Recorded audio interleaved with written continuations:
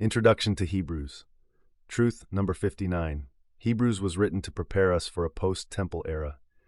20 years after the Jerusalem Council, and 40 years after the resurrection, Roman forces laid siege to the city of Jerusalem. Within 6 months, the Roman army had breached the walls, overtaken Jewish resistors, and burned the temple. Over 1 million Jews died in the conflict. Those remaining were either slaughtered or carted off as slaves.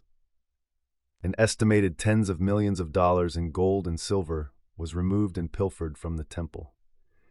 It was another catastrophic page in Jewish history that is commonly referred to as the fall of Jerusalem and the destruction of the Second Temple. Sacking Jerusalem was the triumphant result of a 4-year military campaign leveled against the region of Judea. During the reign of Nero, Judea rebelled against Rome. This angered the emperor. In 66 AD, he dispatched his army under General Vespasian to restore order. It was actually Vespasian's son Titus who 4 years later marched into Jerusalem and razed the temple. For almost 2,000 years, the temple lay in ruins. It remains dysfunctional to this day. Jerusalem has been trampled by the Gentiles, as Jesus foretold. Ever wonder why God has not allowed the temple to be rebuilt? The answer is found in the book of Hebrews. Who, what, when, where, and why. The book of Hebrews is believed to have been written anywhere between 64 AD and 85 AD.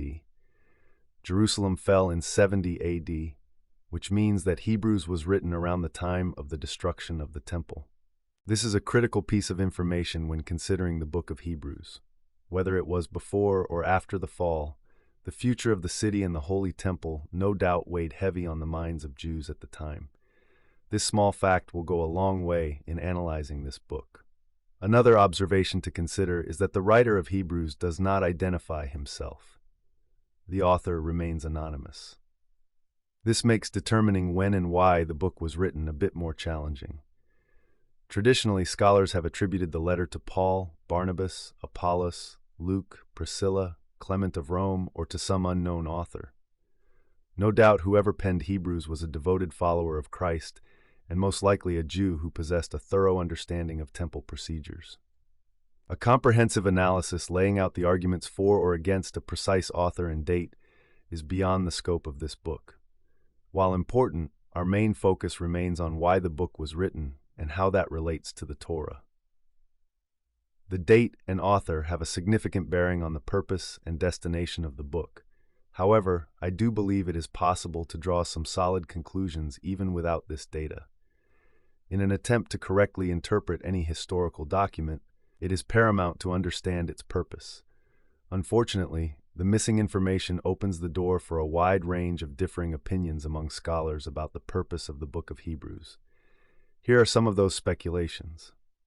To communicate the excellencies of the gospel compared to the law, to announce the character of Christ to Gentile audiences, to counteract Gnostic heresy, a warning to Jewish Christians against apostasy to Judaism, a challenge to a restricted Messianic audience to embrace world missions, a dissertation on how Judaism is inferior to Christianity, a letter of encouragement to a small community of converted Jewish priests, and just a partial sampling. With so many opinions, I feel liberated to throw my hat into the discussion. I do believe we can ascertain a sound interpretation based on what is written and what we know of Israel at the time of its writing. With any interpretation, these conclusions remain fluid, but I do want to offer a few of my insights. My goal is to first lay a foundation of what I believe is the main purpose of Hebrews, then go chapter by chapter through the book, specifically addressing those areas that pertain to the Torah.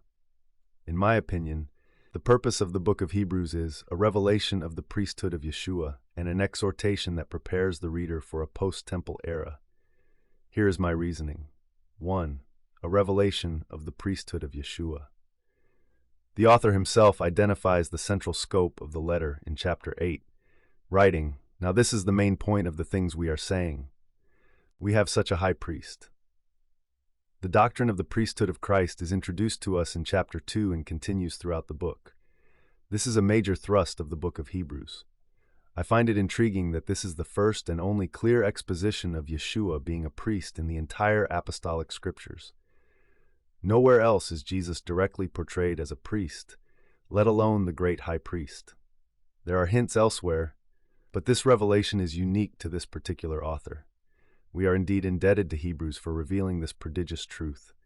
With beautiful insight, he profoundly expounds upon this revelation for the entirety of the book. 2. An exhortation. The word exhort, or some variant, is found 5 times in Hebrews. Sprinkled throughout the book as well, we find continual encouragement to resist falling away and hold fast to the faith. Therefore, we must give more earnest heed to the things we have heard, lest we drift away. Hold fast the confidence. Beware, brethren, lest there be in any of you an evil heart of unbelief in departing from the living God, lest any of you be hardened through the deceitfulness of sin. We have become partakers of the Christ, if we hold the beginning of our confidence steadfast to the end. Let us fear lest any of you seem to have come short of it, lest anyone fall according to the same example of disobedience. Let us hold fast our confession, those who were once enlightened, if they fall away. Therefore do not cast away your confidence. If he shrinks back, my soul has no pleasure in him. Do no grow weary or faint-hearted, lest anyone fall short of the grace of God, if we turn away from him who speaks from heaven. Furthermore, the writer himself declares the epistle to be an exhortation. I appeal to you, brethren, bear with the word of exhortation, for I have written to you in few words. It should be noted here that a good many scholars feel that chapter 13 was an addendum written by Paul and attached to the book of Hebrews. It is suggested that the body of the book is not Pauline, but written by one of Paul's colleagues, perhaps in conjunction with Paul. I tend to lean toward this notion, which would explain why chapter 13 sounds very much like Paul and why the rest of the book does not. It also makes sense as to why in one of the longer books of the Apostolic Scriptures, he writes, I have written to you in few words. 3. Prepares the reader for a post-temple era. Scholars are unsure of the exact date of when Hebrews was written, but whether before or after the fall of Jerusalem, what is evident is that Hebrews was penned at or around the time of the destruction of the temple. If before, Hebrews would have helped prepare Messianic Jews for what was prophesied the destruction of the temple and the setting aside of the sacrificial system. If after, it could offer an explanation as to why the temple was destroyed, providing much-needed encouragement for those grappling for a post-temple expression of their faith. Hebrews answers questions such as, why would God allow the temple to be destroyed?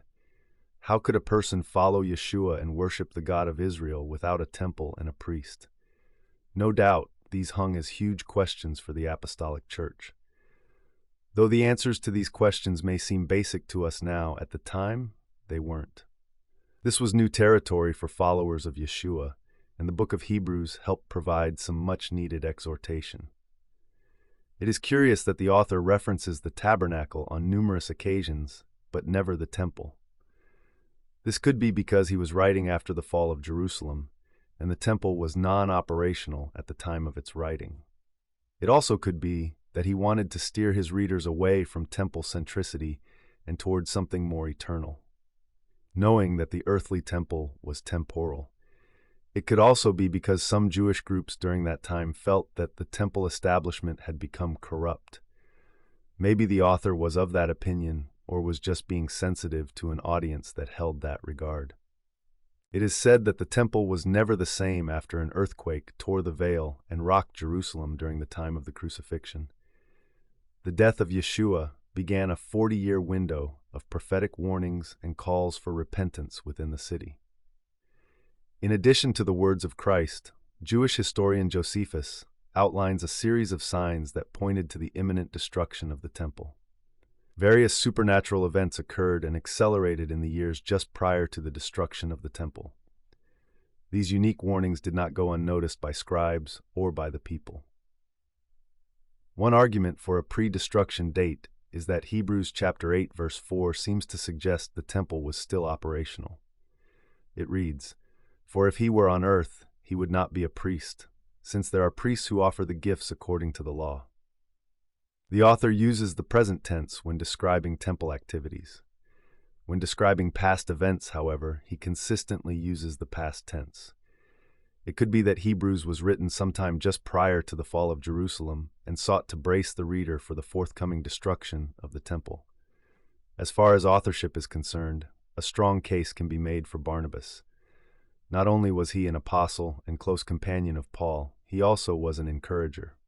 Hebrews chapter 2 verse 3 seems to imply that the author was not an eyewitness of Jesus himself, which fits with what we know about Barnabas. Being a Levite, Barnabas certainly would have been familiar with ecclesiastical matters, making him uniquely qualified to address this subject.